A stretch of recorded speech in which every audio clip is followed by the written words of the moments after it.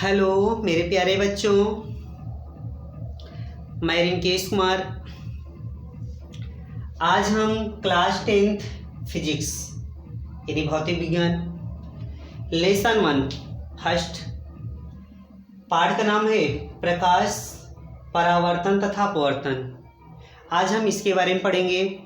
प्रकाश क्या होता है, परावर्तन क्या होता है, अपवर्तन क्या होता है और इससे जितने भी क्वेश्चन बनते हैं सारे पॉइंट को हम क्लियर करते चलेंगे। यानी फर्स्ट लेसन है, हम आज यहीं से हम लेसन स्टार्ट कर रहे हैं फिजिक्स।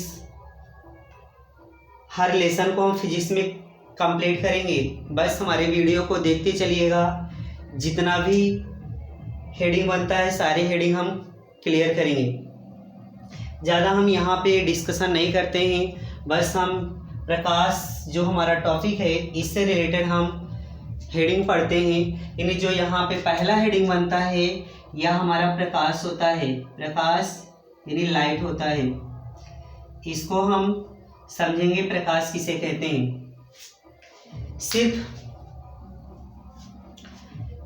हमारी बातों को सुनिएगा, हेडिंग सारे क्लियर हो जाएंगे। बस यहाँ पर हम मेन पॉइंट लिखेंगे और एक हेडिंग को हम 2-3 बार खुद ही रिवाइज कर देंगे तो हेडिंग क्लियर हो जाएगा। यहाँ पर हम डिफिनीशन लिखवाएंगे नहीं, बस खाली हेडिंग को समझिएगा।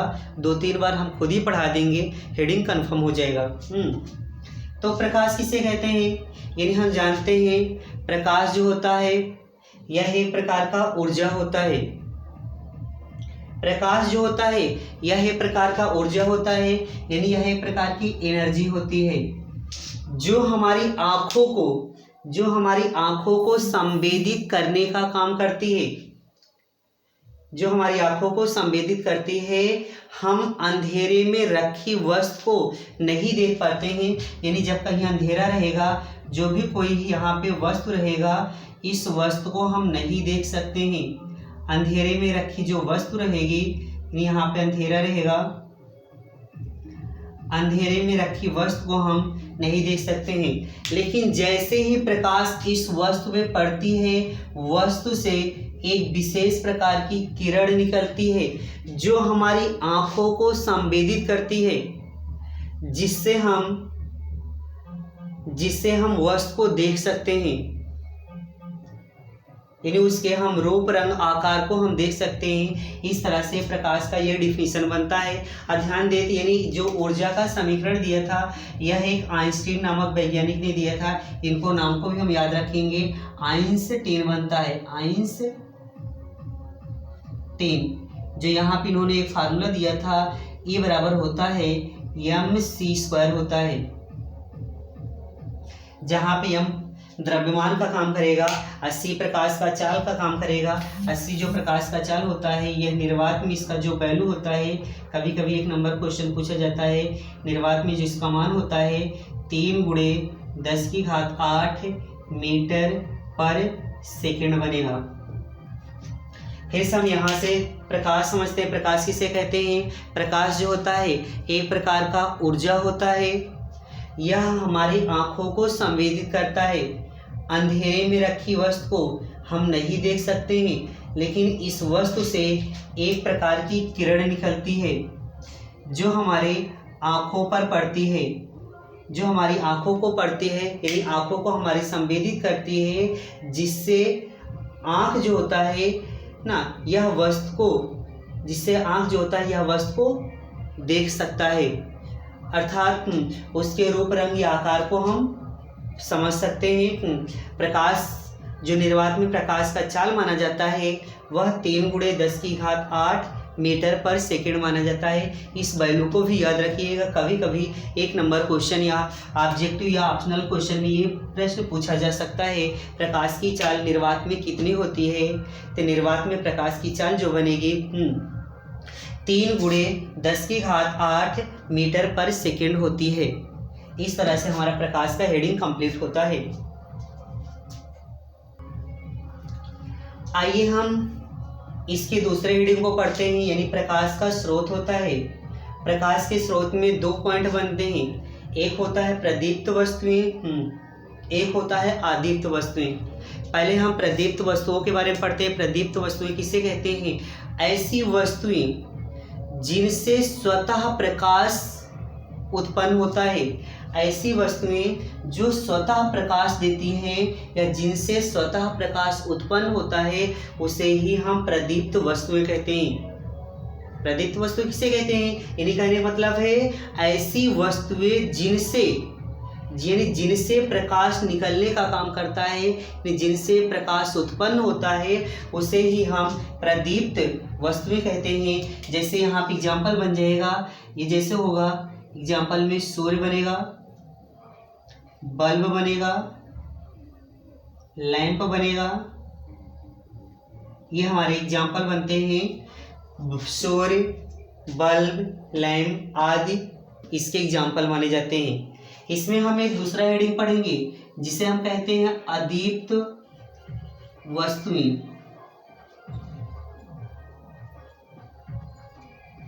अदीप्त वस्तुएं कहते हैं, किसे कहते हैं? यानी ऐसी वस्तुएं जिनसे प्रकाश उत्पन्न ना हो, जिनसे स्वतः प्रकाश उत्पन्न ना होती है, ऐसी वस्तुओं को हम अदीप्त वस्तुएं कहते हैं। अदीप्त वस्तुएं किसे कहते हैं? सिंपल से इसका डिफिनेशन होता है, बस उसी प्रदीप्त का उल्टा कर दीजिएगा, आसानी से इसका डिफिनेशन कंप्लीट हो जाएगा। अदीप्त वस्तुएं किसे कहते हैं?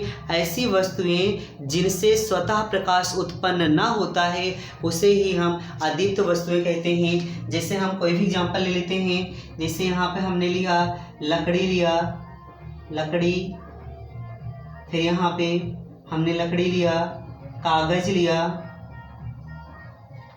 लोहा लिया, कांच लिया। ये हमारे अदीप्त वस्तुओं के रूप में काम करेंगे।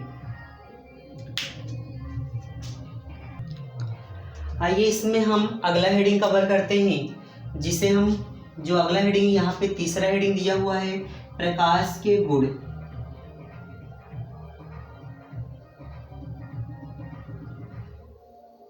प्रकाश के गुण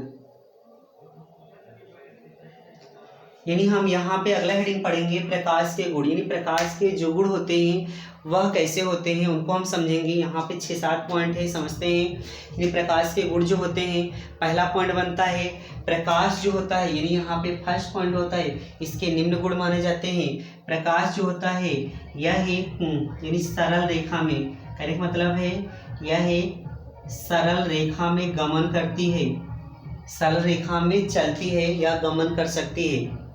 पहला पॉइंट बना प्रकाश जो होता है यह एक सरल रेखा में चलती है, फर्स्ट पॉइंट बना। इसका जो सेकंड पॉइंट बनेगा, प्रकाश जो होता है यह विद्युत चुंबकीय तरंगों के रूप में चल सकती है।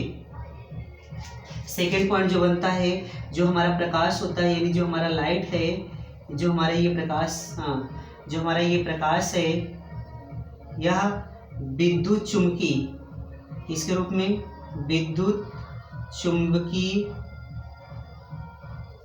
तरंगों, विद्युत चुंबकीय तरंगों के रूप में चलती है। सेकेंड पॉइंट बना। थर्ड पॉइंट हमारा ये बनेगा, प्रकाश जो होता है यह निर्वात में चलता है। प्रकाश निर्वात में चलता है, निर्वात में चलता है और इसका जो मान होता है, निर्वात में जो प्रकाश की चाल का मान होता है, इसका जो मान होता है 3 × 10⁸ मीटर प्रति सेकंड होता है। निर्वात में जो प्रकाश की चाल बनता है इसका जो मान होता है 3 × 10⁸ मीटर पर सेकंड होता है। चौथा पॉइंट हमारा ये बनेगा, प्रकाश जो होता है यह पारदर्शी माध्यम में चल सकता है, जबकि अपारदर्शी माध्यम में चल नहीं सकता है। यानी कहने का मतलब है पारदर्शी जो माध्यम होगा, पारदर्शी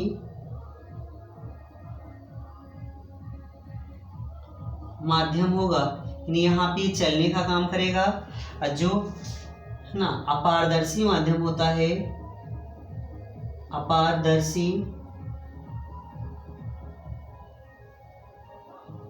माध्यम होगा यहाँ पे चल नहीं सकता है। यानी इसमें कुछ जैसे एग्जाम्पल पारदर्शिक होता है, जैसे यहाँ पे कांच बनेगा, जल बनेगा ना, वायु होगा, ये हमारा पारदर्शी का काम करेगा। अपारदर्शी में जैसे यहाँ पर हम लिख सकते हैं लोहा हुआ, लकड़ी हुआ,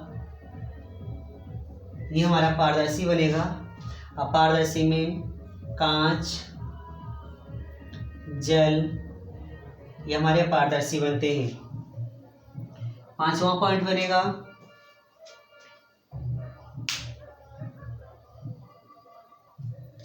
हमारा जो बनता है प्रकाश स्वयं दिखाई नहीं पड़ता है, लेकिन जैसे ही किसी वस्तु पर पड़ती है वस्तु से एक प्रकार की किरण निकलती है जिससे हमारी आँखों को संवेदित करती है, उससे हम वस्तु को आसानी से देख पाते हैं।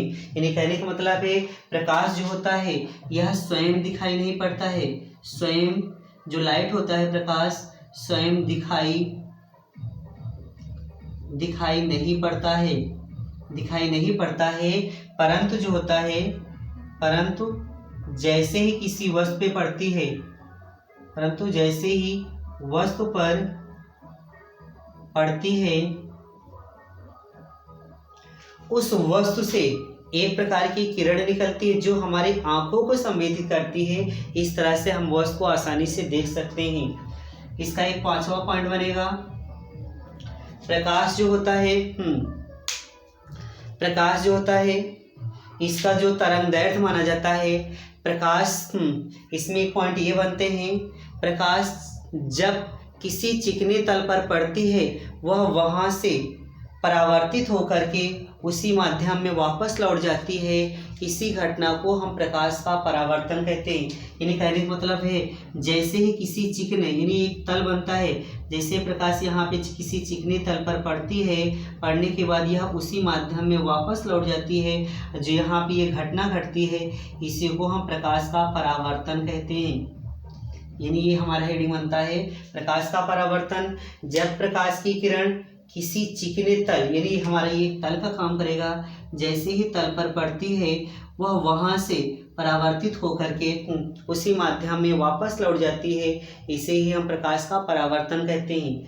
ये 6ठा पॉइंट बना। 7वां पॉइंट हमारा ये बनेगा जब प्रकाश किसी एक माध्यम से चलकर जैसे ही किसी दूसरे माध्यम में, यानी ये पहला हमारा माध्यम बना, ये हमारा दूसरा माध्यम बना, जैसे ही दूसरे माध्यम में चलती है वह अपने मार्ग से, यानी जो इसका मार्ग बनता है वह अपने मार्ग से विचलित हो जाती है। इसी विचलन को हम प्रकाश का अपवर्तन कहते हैं। यानी कहने का मतलब है जब प्रकाश किसी एक माध्यम यानी ऊपर कोई अलग माध्यम होगा, नीचे कोई अलग माध्यम होगा, जैसे ही प्रकाश किसी एक माध्यम से चलकर दूसरे माध्यम में जाती है तो यानी यहाँ पे ये इसका मार्ग होता है वह अपने मार्ग से विचलित हो जाती है, यहाँ से हट जाएगी ना, तो इसी घटना को प्रकाश का अपवर्तन कहते हैं। अगला पॉइंट हमारा बनता है, एक हमारा 8वां पॉइंट बनता है प्रकाश जो होता है दृश्य प्रकाश जो होता है इसका जो तरंगदैर्घ्य होता है वह, यानी इसका जो तरंगदैर्घ्य बनेगा, तरंगदैर्घ्य जो बनेगा वह हमारा 3900 एंगस्ट्रॉम से लेकर 78 यानी 7800 एंगस्ट्रॉम के बीच में माना जाता है। यानी प्रकाश का जो तरंगदैर्घ्य होता है 3900 एंगस्ट्रॉम से लेकर के 7800 एंगस्ट्रॉम तक माना जाता है। ये सारे हमारे पॉइंट क्लियर होते हैं, यानी प्रकाश के गुण होते हैं। अगर ये पॉइंट माइंड में सेट रहेगा तो सारे हेडिंग हम सारे पॉइंट हम क्लियर कर सकते हैं। कभी कभी अलग से एक नंबर का भी क्वेश्चन पूछा जा सकता है या पूछे जाते हैं। यहाँ पे लॉन्ग क्वेश्चन यानी प्रकाश के गुण में सारे पॉइंट यहाँ पे लिखना पड़ेगा। फिर से एक बार सारे हेडिंग को समझते हैं। प्रकाश एक सीधी रेखा में गमन करता है। प्रकाश जो होता है विद्युत चुंबकीय तरंगों के रूप में चलता है। सेकेंड पॉइंट बना। थर्ड, प्रकाश निर्वात में चलता है जिसका मान होता है 3 × 10⁸ मीटर पर सेकेंड होता है। चौथा पॉइंट बनेगा प्रकाश पारदर्शी माध्यम में चलता है, जैसे कांच हुआ, जल हुआ, या प्रकाश अपारदर्शी माध्यम में नहीं चल सकता है, जैसे लोहा, लकड़ी, कागज आदि होते हैं। अगला पॉइंट बना प्रकाश को हम स्वयं नहीं देख सकते हैं, या प्रकाश स्वयं दिखाई नहीं पड़ता है, परंतु जब किसी वस्तु पर पड़ती है, वस्तु से एक किरण निकलती है जो हमारी आँखों को संवेदित करती है। इस तरह से हम वस्तु को आसानी से देख सकते हैं। अगला पॉइंट बनेगा प्रकाश जब किसी चिकने, कोई एक तल होगा, जैसे किसी चिकने तल पर पड़ती है, वह वहाँ से परावर्तित होकर उसी माध्यम में वापस लौट जाती है। जो यहाँ पे घटना घटती है उसी को हम प्रकाश का परावर्तन कहते हैं। ये अगला पॉइंट बना। सातवां पॉइंट बनेगा प्रकाश जब किसी एक माध्यम से चलकर जैसे ही दूसरे माध्यम में जाती है, वह अपने मार्ग से विचलित हो जाती है। इसी घटना को हम प्रकाश का अपवर्तन कहते हैं। फिर एक हमारा लास्ट पॉइंट बनेगा, इसका जो तरंगदैर्घ्य होता है 3900 एंगस्ट्रॉम से लेकर के 7800 एंगस्ट्रॉम तक मानी जाती है। इस तरह से प्रकाश के गुण जो हेडिंग बनता है ये हमारा कंप्लीट होता है। देखिए इसमें जो अगला हेडिंग बनता है हमारा, इन्हें हमने यहाँ पे 3 हेडिंग क्लियर किए, कंप्लीट किए। अगला हेडिंग हमारा है प्रकाश का परावर्तन। पहले इसका एक लाइन का हम डिफिनेशन समझते हैं, प्रकाश का परावर्तन किसे कहते हैं। उसके बाद यहाँ पे जो हेडिंग बना हुआ है, जो यहाँ पे फिगर बना हुआ है, इससे हम सारे पॉइंट को कंप्लीट करते हैं। प्रकाश का परावर्तन, पहले सिंपल से इसका एक लाइन का डिफिनेशन बोलना है। जब प्रकाश की किरण किसी चिकने तल पर, यानी कोई एक तल होगा, किसी चिकने तल या किसी समतल पर, जब प्रकाश की किरण किसी चिकने तल पर पड़ती है, वह वहाँ से परावर्तित होकर उसी माध्यम में वापस लौट जाती है। इसी घटना को प्रकाश का परावर्तन कहते हैं। क्या बोलना है, सिंपल सा डिफिनेशन। जब प्रकाश की किरण किसी चिकने तल पर, यानी कोई तल होगा जो समतल या चिकना होगा, जैसे ही चिकने तल पर पड़ती है, वह वहाँ से परावर्तित होकर के उसी माध्यम में वापस लौट जाती है। इसे ही प्रकाश का परावर्तन कहते हैं। अब हम देखिए यहाँ पे फिगर से क्वेश्चन कैसे हम कंप्लीट करेंगे। प्रकाश का परावर्तन, ये हमारा कोई समतल होगा, m1 m2 होगा, यानी यहाँ पे n1 n2 एक अभिलंब का काम करेगा। ये हमारा आपतित किरण होगा जो बना हुआ है, इसको हम चाहे बिंदु A मान लेते हैं, यहाँ पे एक बिंदु O दे देते हैं, यहाँ पे बिंदु B मान लेते हैं। तो बोलना कैसे है, जब प्रकाश की किरण बिंदु A से चलती है, जैसे ही समतल दर्पण m1 m2 के किसी बिंदु O पर पड़ती है, वह वहां से परावर्तित होकर B की तरफ बाहर निकल जाती है। आने वाली प्रकाश की किरण को हम आपतित किरण, यहाँ पे लिखा हमने आपतित किरण, आने वाली प्रकाश की किरण को आपतित किरण, तथा जाने वाली ये हमारी जो निकली इसे हम परावर्तित किरण कहते हैं। इन किरणों के बीच में, यानी आपतित और परावर्तित, इनके बीच में एक अभिलंब खींचते हैं n1 और n2 ग्रुप में। जो अभिलंब और आपतित किरण के बीच में बना कोण आपतन कोण I होता है, जबकि अभिलंब और परावर्तित किरण के बीच में बना कोण परावर्तन कोण R होता है।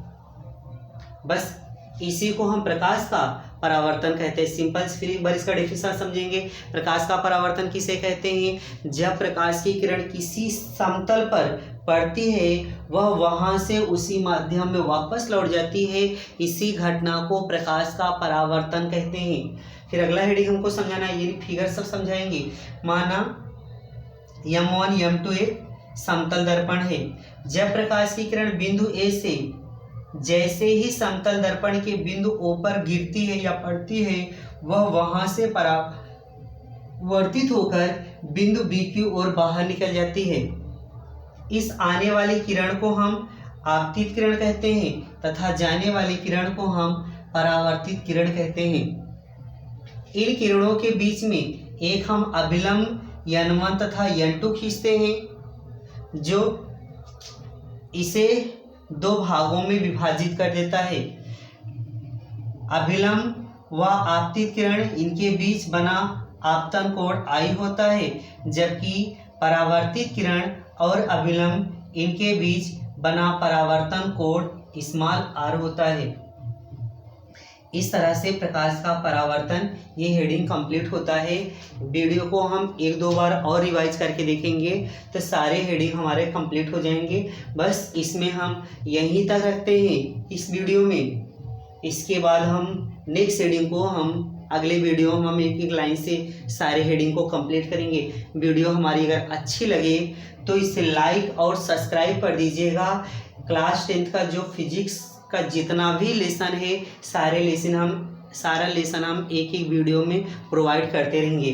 वीडियो अच्छी लगे तो लाइक और सब्सक्राइब जरूर करिएगा। Thank you.